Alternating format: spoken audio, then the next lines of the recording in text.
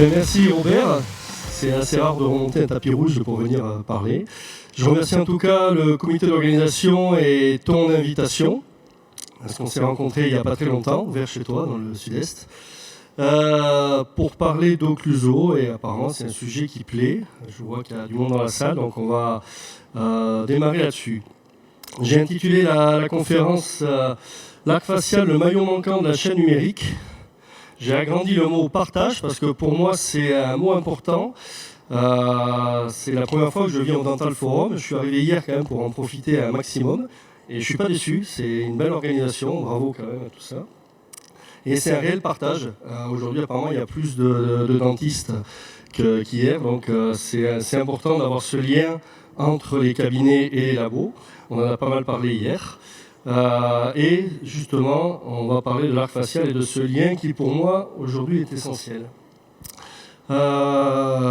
J'aurais pu appeler cette présentation la gestion de l'occlusion dentaire de l'analogique au numérique, parce qu'on a tous, à part les plus jeunes, connu cette transition, et qui est encore en cours, entre l'analogique et le numérique, et pourquoi j'ai fait le choix d'un certain système à un moment donné. Pour être honnête, je représente ce système pour la société Pred, qui est l'un des distributeurs.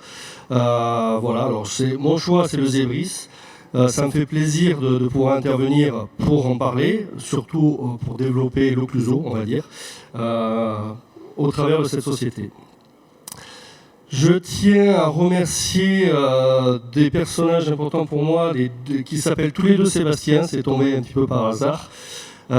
Sébastien Martini, qui est quand même assez connu dans votre milieu, voire très connu. Un deuxième Sébastien, que j'ai des photos plus flatteuses pour lui, vous allez voir tout à l'heure, mais il avait joué le jeu de ce masque et on en a parlé hier, donc c'est un mouvement que je soutiens avec vous, qui est mon laboratoire d'adjointe. Donc c'est pas une slide que j'ai rajoutée depuis hier, elle était vraiment dans la présentation, donc je fais partie de ces praticiens qui choisissent le sourire Made in France.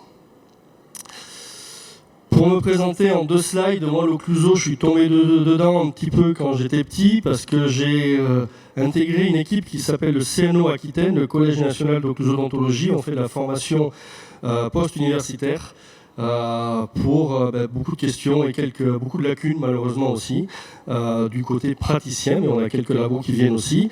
Et je tiens à remercier une personne en particulier, le Dr Marc Souche, chez qui j'ai fait mon stage d'étudiant. Et souvent ça passe comme ça, vous aussi vous avez des maîtres, j'imagine en prothèse, et on a des maîtres nous en dentaire. Donc Marc m'a mis le pied à l'étrier et m'a fait rentrer dans cette association. J'avais fait avec lui une thèse d'occluso en plus pour faire vraiment la totale, et je suis aujourd'hui le président du CNO Aquitaine pour une petite période parce que c'est un rôle que l'on se passe, et moi j'exerce omnipratique, accès implanto occluso dans le sud-ouest. Voilà pour les présentations. Donc vous avez vu, j'ai commencé en 2007, il y a quelques années. 2026 aujourd'hui, quand on sort de la fac, on a l'impression qu'on va suivre un chemin tout tracé, et la réalité des cabinets comme des laboratoires, c'est que le chemin n'est pas aussi rectiligne. On a des changements, des rencontres, des matériels qui changent, qui évoluent, notamment le numérique, et comment l'aborder. Donc à nous toujours d'avoir quand même au final une flèche qui monte. Partage, je l'avais marqué dans le titre au départ, c'est un mot très important pour moi, et dès le départ, on avait partagé avec mes laboratoires, notamment Pyrénées adjointes, là le Sébastien de droite, on avait fait des soirées thématiques avec des praticiens en petits groupes, justement pour parler d'outils, pour simplifier et fiabiliser les échanges, c'est-à-dire avoir des choses redondantes et qui soient efficaces, sans aller se prendre la tête avec des choses irréalisables. Et on avait vraiment une volonté réelle de travail de qualité, et surtout reproductible. Donc je tiens encore une nouvelle fois à remercier ce laboratoire avec qui je passe énormément de temps. Sébastien, vous le voyez sans masque, j'ai dit que j'allais mettre une photo un peu plus flatteuse pour lui, qui a repris le laboratoire de Charlie Asseline, avec qui j'ai passé énormément de temps dans ces soirées. Donc des espèces de fiches de protocole que l'on avait mis, parce qu'à ce moment-là, on verra plus tard, rajouter le centrofix à notre démarche thérapeutique. Donc quand est-ce qu'on allait l'intégrer, on avait réfléchi à tout ça, pour nous et pour les praticiens. Et avec ce labo, on s'était demandé quelle est la cause première du vieillissement des prothèses dentaires, parce que on le voit, le travail de laboratoire demande des heures et des heures. On a un stand là avec Pred qui est tout au fond de l'exposition. Allez voir, il y a des céramistes qui sont en train de monter des céramiques. Le concours, je crois que c'est 5 ou 6 dents. Ils ont démarré à 10h, 10h30 et le concours finit à 16h. Ça, pour nous, praticiens qui avons du mal à imaginer les temps d'action laboratoire, on voit quand même que c'est très chronophage. Et malheureusement, souvent et en adjointe, parce que c'est un labo d'adjointe, la première cause de vieillissement, mais c'est les réglages occlusaux quand on l'a mal géré tout au long du process que l'on fait. Et donc ces belles dents qui sont censées gérer une belle occlusion finissent dès les premières minutes d'utilisation et de gêne du patient à prendre des années et des années d'usure. Là, c'est la phrase, il y a une conf à l'ADF faite par des amis là, du Nord, du CNO Nord. La phrase qu'il ne faut surtout pas dire en cabinet, serrez, dites-moi si ça vous gêne. Évidemment, tout ce qui est nouveau gêne. Donc on veut libérer un patient sans trop de problèmes et sans trop de questions. Donc malheureusement, on a tendance à trop agir. Donc il faut être assez directif dans nos questions et sûr dans nos protocoles. Et donc pour être sûr de ces protocoles, le lien indispensable entre le cabinet et notre patient, je dois ces photos à Emmanuel Dinco à Bordeaux, qui fait de l'anthropo, eh bien c'est l'articulateur. L'articulateur, c'est le lien que le cabinet vous envoie pour vous connaître le patient le plus possible. Et dans la section tradition, évidemment, on travaillait essentiellement sur l'articulateur, dans le sens cabinet-laboratoire, mais également dans le sens laboratoire-cabinet, pour envoyer les prothèses et éventuellement échanger sur des plans de traitement. Ça permettait d'avoir un outil fiable. Donc on sait dans le côté tradition qu'il n'y a pas de débat. L'intérêt de l'articulateur dans la relation praticien-laboratoire est indispensable. Un petit cas d'illustration, parce qu'on reçoit parfois des patients, celui-là m'avait ému parce qu'il a osé pousser la porte du cabinet. Vraiment un jour en dernier recours, c'est sa femme qui nous l'avait envoyé. Vous imaginez que c'est un patient qui est en détresse sociale, qui ne voit plus personne, qui ne mange plus au restaurant, qui a du mal même à manger chez lui. Et donc on a quand même envie de faire quelque chose de le plus correct pour lui possible et de s'investir. Vous voyez, c'est quand même assez étonnant d'avoir cette prémolaire qui a fini en selle sur la mandibule. Donc un cas comme ça, les échanges cabinet-laboratoire sont indispensables et la gestion de l'occlusion aussi, parce que le travail que le laboratoire va réaliser sur des modèles montés correctement va prendre derrière des heures de boulot et on est pleinement satisfait. Je ne sais pas comment on va se lancer ça. Non. Normalement c'est au clic la vidéo. Mais...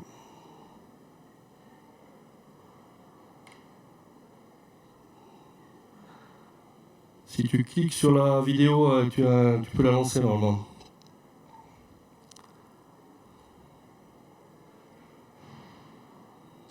On va faire confiance à la technique.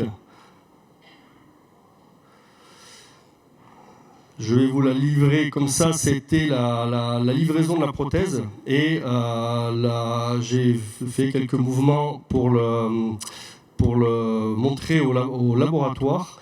La parfaite intégrité occlusale de la prothèse, c'est-à-dire une prothèse mandibulaire stabilisée sur 2 locators, le classique que l'on fait, et une prothèse maxillaire complète, et d'avoir une prothèse qui est le plus stable possible. C'est toujours agréable pour les laboratoires qui se sont déployés pendant des heures de boulot, juste d'avoir un petit film. Ça, nous, on a des téléphones, ça ne prend pas longtemps.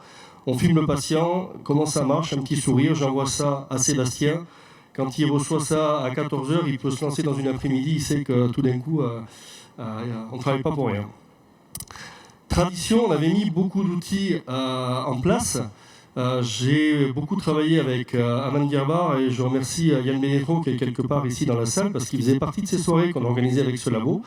Et il est venu de nombreuses fois dans le sud-ouest, à Pau, chez nous, amener du matériel pour pouvoir faire des essais, des arcs faciaux, pour montrer que un arc facial réalisé au cabinet, ça prend tout et pour tout 30 secondes et que ça peut amener une qualité de travail indéniable. C'est des systèmes qu'on pouvait développer de l'esthétique, Je vous ai parlé tout à l'heure du Centrofix qui nous a fait de réelles avancées en relations centrées, notamment sur ces fameuses prothèses complètes. Donc lui, je l'intègre totalement aujourd'hui dans ma démarche. Malheureusement, c'est des choses qui sont de moins en moins développées par les labos. Le Centrofix, c'est le point d'appui central de Gerber qui date des années 70. Ils n'ont rien inventé, ils ont remis au goût du jour une tradition qui avait été inventée pour la simplifier dans nos démarches. On parle également d'axiographie que m'a enseigné Michel Davadi, qui est à la retraite, mais qui est encore aujourd'hui dans le salon, et dans cette salle que je remercie, parce que c'est lui aussi qui nous a enseigné justement ces démarches. On passe à l'innovation, et le défi aujourd'hui du numérique, c'est de créer une chaîne prothétique, une chaîne de production d'éléments prothétiques totalement virtuelle. Ça, ce serait l'idéal, c'est ce que veulent bien nous montrer les distributeurs sur les stands, et ceci sans déformation. Donc chaque étape est primordiale, parce que la moindre erreur que l'on amène du début, on se la récolte jusqu'à la fin. On sait aujourd'hui que l'acquisition dans les cabinets avec ces caméras sont aujourd'hui très fiables. Il y a beaucoup de caméras sur le marché, maintenant sans fil. Chez vous, dans les laboratoires, que ce soit de la fixe ou de la jointe, on arrive à faire des choses formidables. Entre les deux, évidemment, ce n'est pas un long fleuve tranquille, il y a beaucoup d'étapes. Et je mets en lumière un labo Made in France à Tarbes, pas loin de chez moi, qui a aussi investi. Donc la chaîne numérique est un ensemble d'éléments de plusieurs personnes. Parfois, c'est des personnes qui gèrent tout. Donc, une deuxième fois, et pas la dernière, vous verrez, une mise à l'honneur de laboratoire.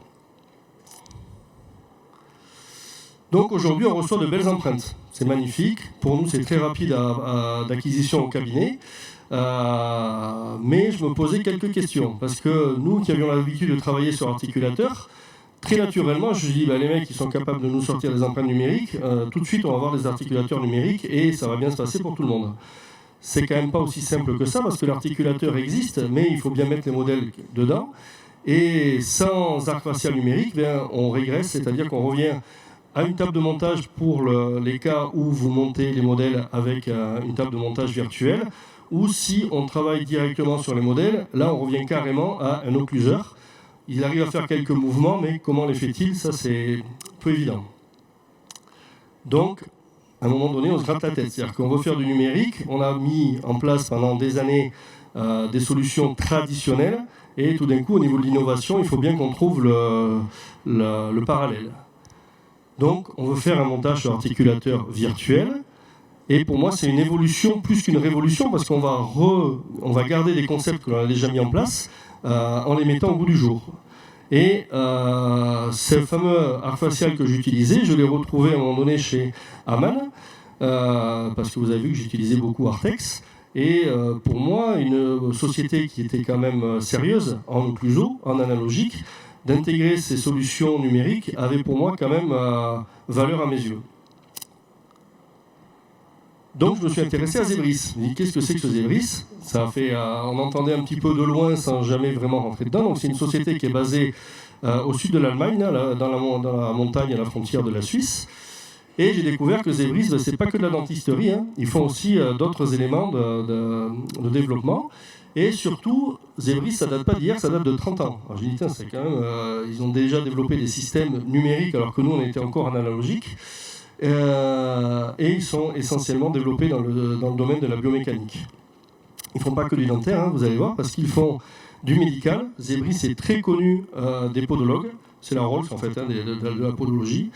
Ce qui est très étonnant, c'est que ce qu'ils ont fait sur l'humain, ils le font aussi pour l'animal. Donc il y a une réelle plateforme animale développée chez eux, et aussi pour le sport, tout ce qui est coordination. Donc on voit que Zebris, c'est connu en orthopédie et rééducation, et au niveau du dentaire, au départ, ils avaient développé juste un enregistrement tridimensionnel du mouvement de la mâchoire inférieure. Ils ne parlaient pas du tout dedans. Pour eux, c'était juste du mouvement, mais un mouvement réel de mâchoire. Donc c'est pour nous quelque chose qui est important dans la posture et l'équilibre du patient.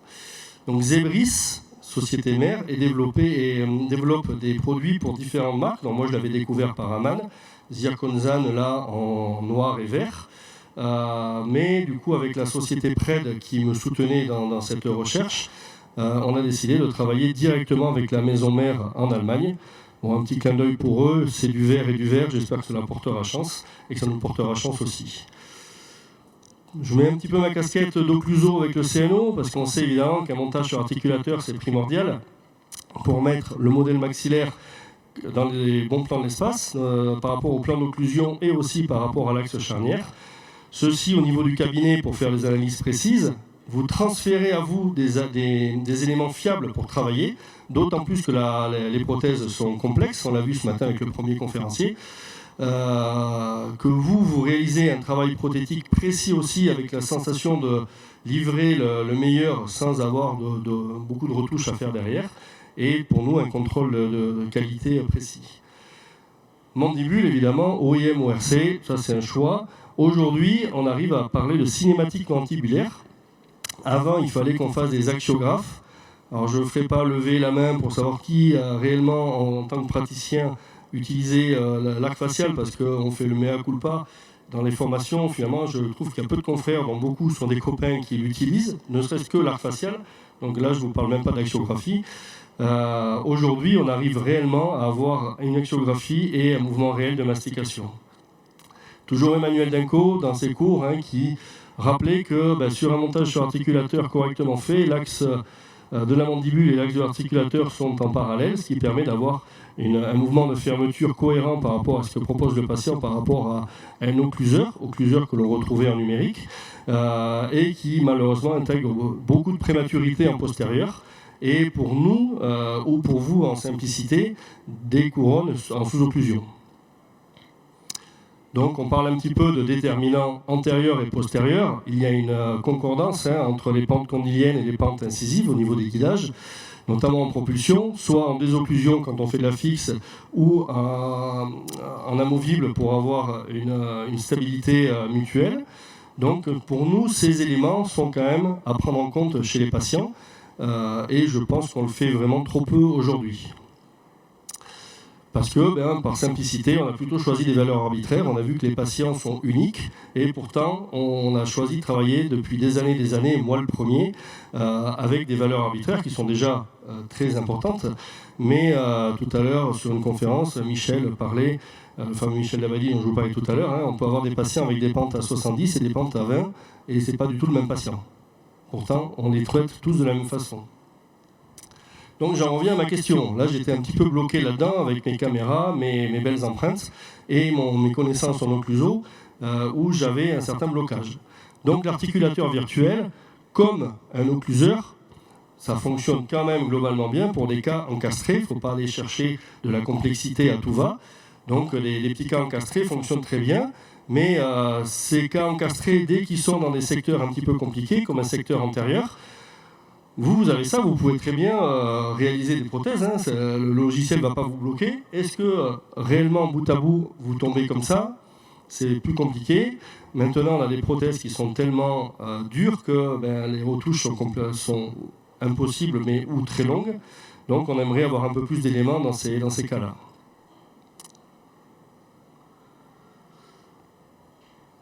L'enregistrement statique, donc je vous ai dit, c'est quelque chose de fiable, bonne reproductibilité de l'occlusion, c'est pas facile à dire, pardon. Évidemment, dès qu'on a des empreintes qui sont plus importantes, on risque d'avoir des disparités. On va être gêné aussi pour des enregistrements postérieurs au niveau des joues, des muscles, et éventuellement des anticipations des patients, on va en parler un petit peu après. Donc certains logiciels permettent des mouvements. Ça donne quelques informations sur des cas de faible étendue. Deuxième vidéo, on va voir celle-là démarre, c'est pas mal. Donc là, moi, ça marche sur toutes les caméras. Moi, j'ai une 3Shape. Donc pour vous, on pourrait quand même déjà imaginer des mouvements latéraux. Est-ce que ce mouvement, et voir où sont les points d'occlusion, est-ce que ce mouvement est parfaitement juste? Vous imaginez bien que je reviens un petit coup en arrière, enregistrer des vues occlusales comme ça, il faut quand même aller assez loin avec la caméra et tirer fort sur la joue du patient. Donc naturellement, on fausse un petit peu le jeu musculaire. Après l'occluseur, notre fameux articulateur virtuel qui est censé travailler pour des étonnements de plus grande étendue. Donc le plus grande étendue, c'est des complets bimaxillaires, qu'ils soient sur un plan ou pas. Et aujourd'hui, on sait que vous avez des logiciels qui sont capables de produire ces éléments, mais il faut les mettre dans un environnement globalement fiable. Alors qu'aujourd'hui, on voit des choses qui sont magnifiques. On peut scanner, matcher des empreintes, mais quid de l'occlusion? C'est sûr qu'on voit souvent les cas en antérieur, alors que nous, c'est souvent quand même les dents postérieures ou les faces palatines qui nous intéressent le plus. Je reviens un petit peu sur ces cas d'interpénétration. Chaque fois qu'on en parle dans les conférences, ça fait grincer les dents un petit peu à tout le monde parce qu'on les retrouve beaucoup. Les STL ou les PLY des arcades, ça, on arrive à les avoir de façon très fiable. Les mettre en occlusion, c'est toujours un peu plus compliqué, surtout quand c'est des arcades complètes, parce que les logiciels nous demandent 2 enregistrements et il faut que le patient ne bouge pas entre les 2. Donc on se retrouve souvent avec, vous voyez, ces dents qu'on a l'impression de pénétrer, ce qu'on n'avait pas avant avec le plâtre. C'était l'avantage d'avoir des surfaces dures. Et est-ce que, quand on voit en vue occlusale toutes ces interpénétrations sur un cas de Bruxoman, est-ce que réellement c'est la réalité?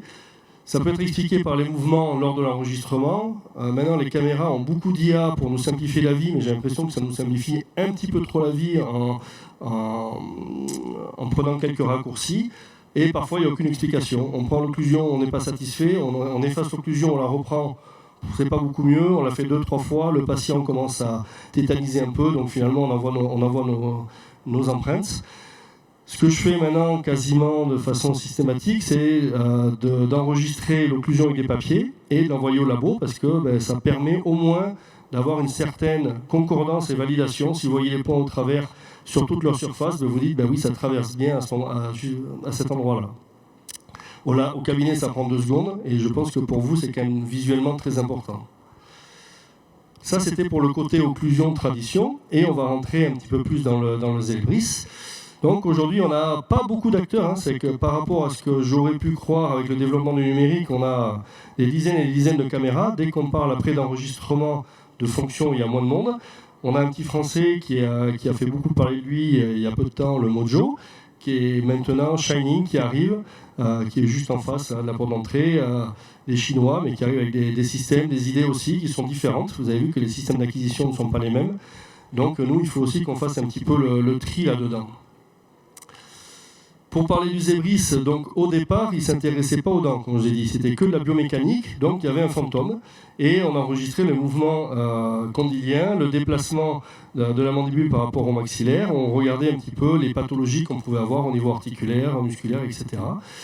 Et le fait que Mojo ait voulu, lui, partir directement avec des STL et sur une version utilisable au labo, ce qui est une bonne chose, c'est quand même bien quand on a plusieurs acteurs comme ça dans le monde du dentaire qui se concurrence ou qui invente, c'est que les autres sont obligés de faire des choix aussi. Donc Zebris a intégré également des STL pour pouvoir vous les envoyer avec des mouvements de fonction. Donc ça a été la deuxième partie.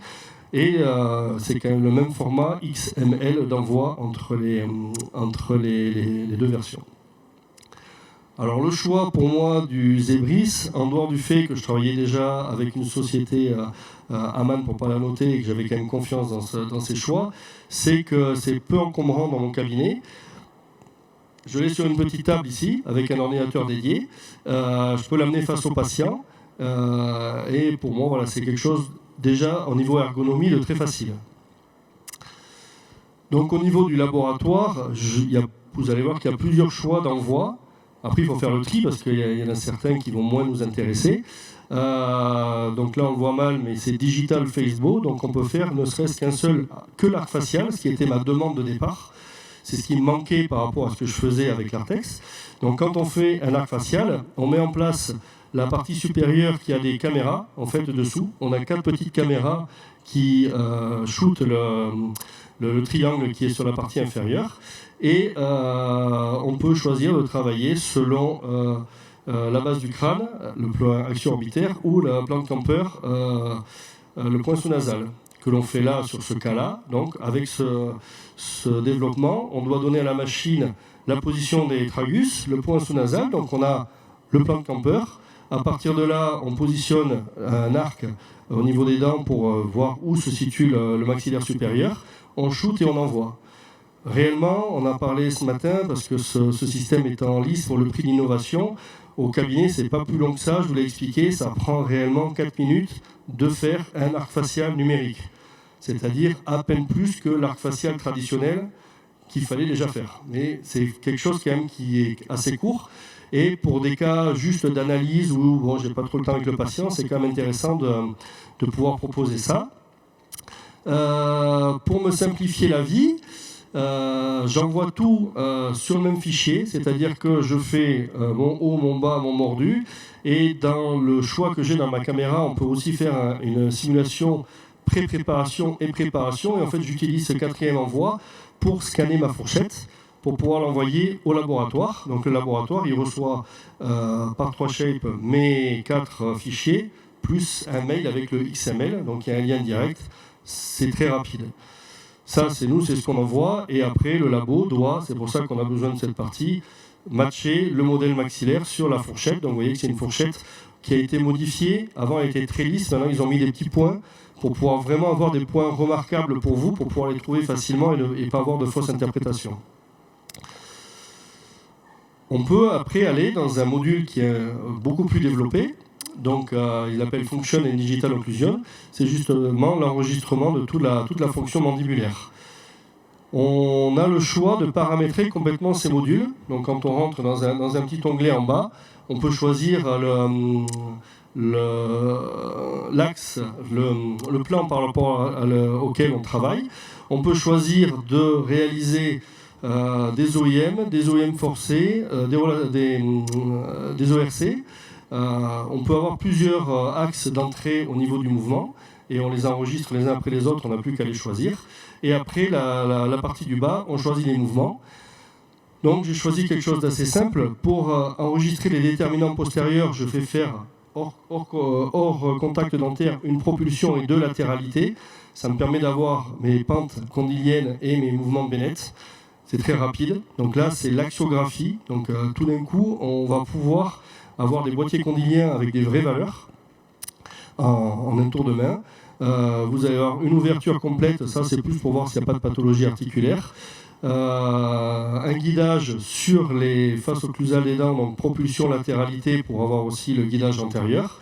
Et après je fais une mastication pour pouvoir intégrer tout ça. On a jusqu'à 40 enregistrements possibles. Évidemment, pour vous, ce que vous voulez, c'est des choses qui soient efficaces tout de suite. On n'a pas besoin d'avoir 10, 15, 20 enregistrements différents. Pour moi, ça suffit. Et après, nous l'envoie, on l'a sous cette forme-là. Donc, on envoie les STL. On a une version PDF de ce que l'on a aussi, avec toutes les valeurs. Et le fameux XML, qui est le fichier de mouvement. Pour cet enregistrement, on a une fourchette différente, qui ressemble à ça, donc avec un point interincisif. Parce que c'est le praticien, dans ce cas-là, qui va intégrer le STL. On en parlait ce matin avec les prothésistes là, pour le prix d'innovation. Vous, en général, on vous envoie les empreintes et c'est à vous d'essayer d'être sûr que ce soit valide ou pas. Alors que là, c'est le cabinet qui va intégrer au fur et à mesure le modèle maxillaire, le modèle mandibulaire en vérifiant l'occlusion. Et on peut, comme sur vos logiciels, modifier l'occlusion, c'est-à-dire désengrainer un petit peu, etc. et figer. C'est-à-dire que ce que l'on est censé avoir envoyé, ça a été totalement validé par le cabinet, vous pouvez travailler dessus. Là, pour enregistrer le mouvement mandibulaire, on a des fourchettes mandibulaires. On part de l'OIM, donc la grande difficulté de ce système, c'est d'avoir une fourchette du bas qui ne bouge pas. Parce que si la lèvre ou la langue fait bouger quoi que ce soit, au niveau du capteur, ça fausse le mouvement. Donc j'ai essayé plusieurs matériaux, de la résine. Là, c'est un silicone d'occlusion qui est quand même suffisamment dur parce que je peux le sortir, couper tout le surplus pour laisser libre les faces occlusales, notamment lors de ces mouvements. Zebris a développé aussi une fourchette que l'on peut imprimer, donc que l'on peut mettre sur des cas où on a des dents peu rétentives, sur des cas où il manque des dents, etc. Alors, deuxième essai. Donc la magie opère. Le patient, en général, est quand même très surpris quand on lui montre l'écran de se voir bouger. Pour lui, c'est un petit jeu au départ. Nous, c'est quand même un dispositif médical, mais c'est vrai qu'aujourd'hui, apprendre et voir l'occlusion de cette façon, alors qu'on l'a appris sur des bouquins à la fac, c'est quand même pour nous quelque chose d'assez magique. parce que ce qui se passe dans le cabinet, on peut l'amener n'importe où, notamment au laboratoire. Ça permet donc de sauvegarder des fichiers, de l'envoyer en PDF ou de l'envoyer au prothésiste sous forme XML, donc un fichier. Alors là, à partir de là, petite histoire toujours avec Pyrénées Adjointes, parce qu'on a acheté un système, il faut bien le mettre en place et le tester. Et tester, c'est tout le temps du temps et un coût. Donc, il a accepté qu'on démarre sur des gouttières. La gouttière, c'est quand même quelque chose de compliqué parce que c'est une occlusion complète. Là, on ne travaille pas que sur une dent, mais il faut qu'on réalise une occlusion la plus précise possible sur toutes les dents et de la fonction. Donc déjà, on avait commencé pour de l'OIM et on voyait que quand le système était bien intégré, ça fonctionne correctement. Il y a quand même une courbe d'apprentissage au niveau du cabinet dentaire et du laboratoire, mais ça, c'est indéniable à tous les nouveaux systèmes que l'on intègre. Et maintenant, on arrive aussi à avoir de la fonction. Donc, quand je lui demande un guidage antérieur avec une désocclusion postérieure et des bosses canines, on arrive à les sortir. Pour lui, et vous verrez pour vous, c'est quelque chose d'angoissant. C'est-à-dire qu'il modélise tout sur ordinateur, il l'imprime, il la sort, il la prépare, il la met dans la boîte. Une fois qu'on l'a fait, il n'y a plus de vérification derrière. Au tout début, il ne me l'a pas dit, mais il faisait des remontages avec une table de montage sur articulateur pour vérifier quand même que ça fonctionnait bien, parce qu'il avait ce devoir de livrer quelque chose qui fonctionne au cabinet. Alors j'ai dit, tu ne vas pas me remonter tous les trucs qu'on fait en numérique, parce que le but c'est de gagner du temps quand même pour toi à la fin, parce qu'il y a quand même une histoire de coût. Une gouttière pour un labo, ça ne peut pas être vendu à des fortunes. Donc il faut quand même qu'on ait une production qui sorte vite. Petit cas, petit clin d'œil, vous allez voir, parce que c'est la tante de mon épouse qui vient au cabinet avec un problème. Donc évidemment, je n'ai pas géré le début du cas. Elle arrive parce qu'elle a une latérale explosée au niveau céramique et une canine qu'il faut extraire. Donc on s'est dit, justement, tiens, là c'est de l'occluso, on va tester un petit peu cette partie-là avec un labo qui peut intégrer les fichiers qu'on va lui envoyer. Donc, cette patiente partie, ça il faudra l'extraire, vous imaginez bien qu'au niveau occlusion, ça fausse tout. Mais cette patiente, on va l'appeler Tati, parce que quand elle fait partie de la famille, mais on en a tous des cas comme ça va être des compromis du début à la fin. Mais on va quand même arriver à quelque chose. Donc je lui dis, allez c'est parti, Tati, on va faire les zébris. Donc vous voyez sa latérale qui a cassé, ça c'était son problème. Je lui ai quand même dit qu'il fallait qu'on extrait la canine. Canine qui pour nous quand même au niveau occlusion est une dent capitale, et vous avez vu que derrière tout ça c'est implantaire, donc ce n'est pas démonté. Nous on s'occupe que des dents antérieures. Donc l'avantage de ce zébris ou des systèmes d'enregistrement, c'est qu'on peut voir en temps réel où se passent les contacts occlusaux, pourquoi ça a cassé. Vous avez vu quand même qu'on a des grosses usures au niveau antérieur, donc ces CCM qui avaient des années et des années, on finit par subir les agressions des dents mandibulaires. Par la mastication, donc là on a de la déduction, mais on a aussi des mouvements de mastication possibles. Parce que le patient, réellement, c'est les mouvements qu'il fait quand il mastique. Donc on rentre là dans des schémas d'entrée de cycle qu'on avait du mal à voir avant, hors de les avoir en bouche, parce qu'on n'avait pas d'articulateur qui nous permettait de le voir simplement. Et des latéralités, etc. Donc après, vous allez voir pourquoi un compromis sur ce cas. Donc on démonte, on extrait la canine, je vous passe tout le début. On va partir directement à la partie occluso, parce qu'on lui a fait évidemment des brises provisoires, et on a voulu soulager cette canine, ce que l'on a fait. Donc sur la canine opposée, on a une vraie fonction canine, voire légèrement groupe. Ça fonctionne correctement, vous le verrez tout à l'heure. Et de l'autre côté, on a voulu déjà sur les provisoires limiter cette fonction canine. À partir de là, on peut refaire une empreinte sur ces dents provisoires qui sont validées en bouche, et on peut refaire un zébris. Ça c'est très facile à réaliser pour l'envoyer au laboratoire et dire tu vois, on veut exactement une fonction latérale comme ça de groupe. Donc le laboratoire, alors évidemment dans ces cas-là, si on veut une canine qui ne pète pas, c'est de la foule. On a parlé ce matin de la résistance des matériaux. Tati, il n'y a pas de compromis, j'ai pas envie de la revoir la semaine d'après avec une canine pétée, devoir tout redémonter. Donc on fait quand même du solide, plus que de l'ultra esthétique, et ça fonctionne bien. Donc Tati avait des dents blanches, donc malheureusement on ne va pas pouvoir lui faire ce que l'on veut au niveau esthétique, mais ce n'est pas là la question. On a des dents qui sont parfaitement intégrées au niveau du parodonte, donc là on voit quand même tout le talent du prothésiste dans ce travail-là. Il a respecté ce qu'on avait déjà au naturel, la fonction canine, ça c'est quand même pas difficile à faire. Mais il a réalisé directement une fonction de groupe antérieure, donc incisive latérale et incisive centrale, pour avoir une belle désocclusion postérieure et que ma canine soit protégée. C'est un compromis, ces fonctions de groupe antérieur. C'est pas facile à faire. Il faut déjà quand même des praticiens et des laboratoires qui s'entendent bien pour parler de la même chose. Donc je remercie le laboratoire Martini. C'était un petit clin d'œil parce qu'il m'a dit putain, on n'a pas fait un truc très joli. J'ai dit on va parler, meilleur ouvrier de France, c'est de l'esthétique, mais c'est aussi de la fonction. Et quand on parle avec un laboratoire, on parle d'esthétique, mais on parle de fonction également. Et je le remercie de suivre le CNO, parce qu'il intervient avec nous sur nos TP, pour parler un peu de ce côté laboratoire et de parler de la même chose.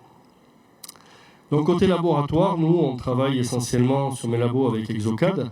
Ça s'intègre assez facilement. L'avantage que l'on a, c'est qu'Exocad c'est allemand comme Zebris, donc ils ont quand même une certaine acquaintance à travailler ensemble.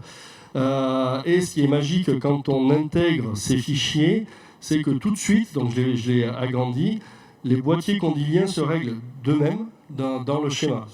Donc là, vous voyez, c'est un 15, non, on est à moins 10 et 45 de pente. Après, voilà, on peut avoir parfois des valeurs un peu plus réduites ou un peu plus majorées, mais c'est très intéressant de pouvoir voir l'articulateur se modifier. Après, c'est assez perturbant d'avoir cet articulateur tout autour pour travailler.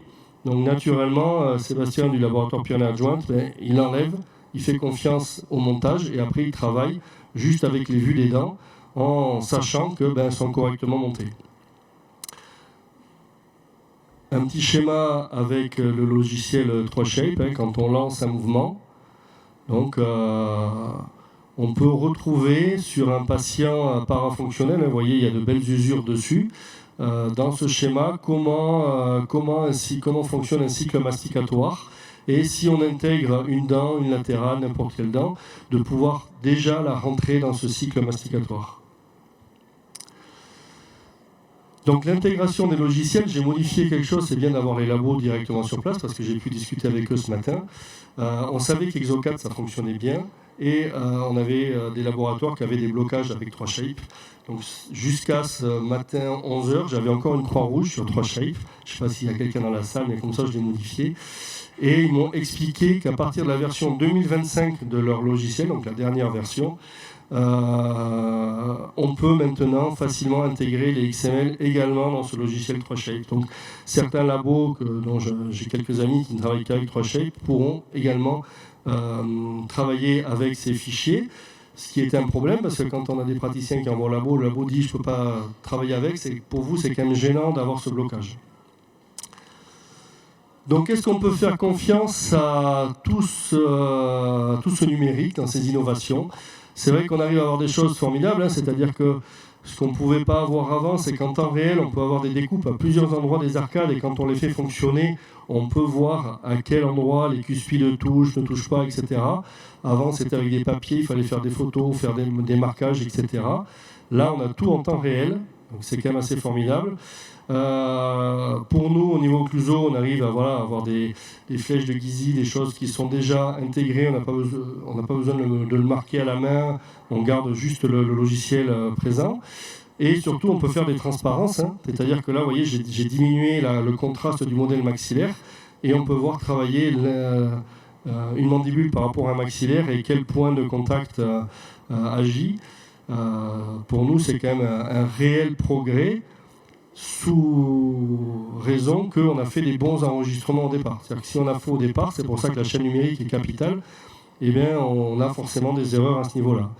Donc on a eu des erreurs, on voit avec des labos, notamment au départ, on a repris, on refait des montages traditionnels sans me le dire, sans oser me le dire, mais bon, comme on est quand même assez copains, on a parlé, et j'ai dit il faut être persévérant, nous au niveau cabinet et vous au niveau laboratoire. Donc c'est un réel partage entre les deux. Et le cas qu'on avait tout à l'heure, pour être honnête, comme ça on va aller jusqu'au bout, donc ça c'est le départ. Et ma vue latérale de départ, vous voyez, on a des grosses indentations là au niveau des secteurs postérieurs, alors que dans mon idée et dans l'idée du laboratoire, on aurait dû avoir des désocclusions. Donc il a quand même réalisé le travail en version numérique, full numérique, ce que l'on voulait. Mais l'intérêt de ce système, c'est qu'à tout moment, on peut revenir en classique avec un montage sur articulateur. Donc là, le système nous donne une petite table avec des pins qui sont vissés, donc on peut mettre la fourchette dans la bonne position telle qu'elle est indiquée, comme elle a été enregistrée en fait au départ. Ici, c'est une table aimantée avec des petits aimants. Donc en fait, quand le système est posé, il ne bouge pas. C'est bien aimanté, il faut vraiment tirer dessus pour le sortir. Et on peut refaire un montage sur articulateur. Donc pour les laboratoires qui travaillent en queue de bac et qui remontent de la céramique, on peut à ce moment-là revenir dans une version traditionnelle pour finir ce montage de céramique tout en gardant le bénéfice de tout le numérique que l'on avait avant. Donc pour moi, et on arrive à la fin, l'innovation, oui, mais pour moi, il n'y a pas d'innovation sans un socle solide de tradition. C'est-à-dire que vous avez vu, on n'a pas balayé tout ce que l'on avait créé, inventé avant. On le fait évoluer. Donc pour nous, je pense que le titre est très bien choisi, parce que ce n'est pas une innovation qui balaye la tradition, mais il y a un « et » entre les deux. Et je pense que ce « et » est très important. Donc, je remets une dernière fois le sourire Made in France. J'ai bien compris le message hier, j'étais déjà dedans.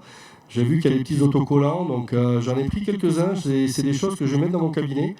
Tu vois, on cherchait hier avec les confrères prothésistes des idées pour développer un petit peu le message au niveau des patients.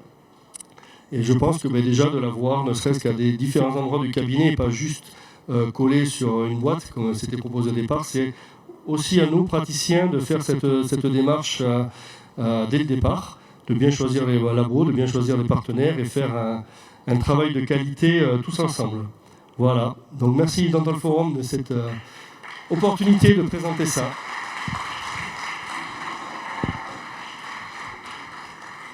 Je pense qu'on a un petit temps de questions, ou pas, dans ton timing. T'en as une au premier rang ici. Attends. Je vais faire la totale, tu vois. Bonjour, merci pour votre présentation. Donc, je suis dentiste. Ma question, c'est une question en deux axes. Au niveau psychologique, est-ce que le patient, quand il voit toute cette installation un peu robotique pour lui, est-ce qu'il comprend mieux son occlusion? Et pour l'équilibrage du praticien, est-ce que vous faites moins d'équilibrage après toute cette chaîne? C'est un peu ça. Alors le patient, oui, il découvre des choses. C'est-à-dire que déjà, quand on lui fait un arc facial à l'époque traditionnelle, il se demandait pourquoi on lui pose un truc sur le nez à un moment donné. Donc on lui explique comment on va travailler. Donc on va lui montrer un articulateur qui est posé sur le bureau, etc. Souvent, quand on montre un plan de traitement, pas besoin de parler de plan de traitement. J'ai voulu me mettre quand même assez à portée de ce qu'on fait dans des cabinets. On pourrait montrer des bridges complets magnifiques, mais un patient a besoin de comprendre, même si c'est 3-4 dents. Donc montrer sur articulateur comment ça peut fonctionner, c'est quand même important. Donc lui, quand il voit ces aspects numériques, il comprend. Si on lui dit la finalité, à quoi ça sert, il va tout de suite comprendre qu'on a besoin le prothésiste a besoin de savoir comment il mastique. Donc ça, pour la petite anecdote, au dernier ADF, moi je pose le système TK, je parlais avec son président, et il me disait pourquoi, quand un patient rentre aujourd'hui, alors on parle de dentiste à dentiste, mais pour le labo, pourquoi est-ce qu'on ne fait pas déjà des photos, des enregistrements? Pourquoi est-ce qu'on n'a pas un clone du patient de façon systématique? Il suffit qu'il ait un accident de bagnole, quoi que ce soit, pour lui redonner son esthétique, on aurait déjà tous les éléments, alors qu'on fait des consultes, on voit si ça va bien, mais on pourrait déjà systématiser tous les enregistrements pour garder le patient idéal et intact à un certain moment. Donc oui, lui, il comprend, en tout cas. Et ce que j'avais, moi, mon problème, c'est que j'avais mis quand même beaucoup de choses en œuvre au niveau traditionnel. Vraiment quelque chose qui a changé, parce que les arcs faciaux avec le cyano, j'en faisais depuis le début, c'est le centrofix pour avoir une vraie relation centrée, parce que je fais par Michel Davadi, qui est juste à côté de toi, je ne l'ai pas vu tout à l'heure, mais je fais beaucoup de prothèses complètes parce que c'est une prothèse que j'adore, qui est pour moi la plus difficile à réaliser, hors prothèse stabilisée sur un plan, mais on parle de vraies prothèses complètes. C'est dommage que le film ne se soit pas lancé. Voilà, quelque chose qui fonctionne tout de suite, c'est-à-dire que tu as une bonne occlusion et que le patient est tout de suite à l'aise dès qu'il l'a en bouche, cette prothèse-là, c'est une vraie satisfaction et tu sais que tu ne vas pas passer 4 ou 5 rendez-vous derrière parce qu'il va revenir, quand je fais ça, ça bascule, etc. Ça, on l'a tous. Donc ce que j'avais en traditionnel et tous ces avantages, pour moi, il était inconcevable de ne pas l'avoir en numérique.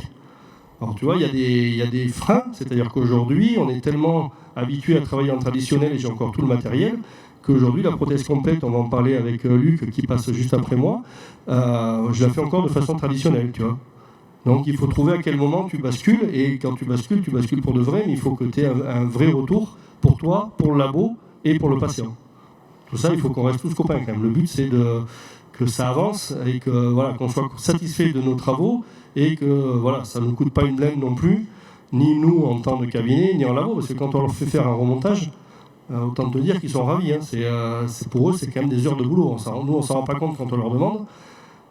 Tu vois, tu t'es raté sur un point interincisif, tu dis tout est bien, tu me décales juste tout d'1 millimètre à droite. Tu vois. Alors là, je te dis, il dit ok, ben, il pose 3 heures et il redémonte ces 2 complets pour les refaire. Donc, si on donne les bons éléments au départ, tout le monde est quand même content dans le travail.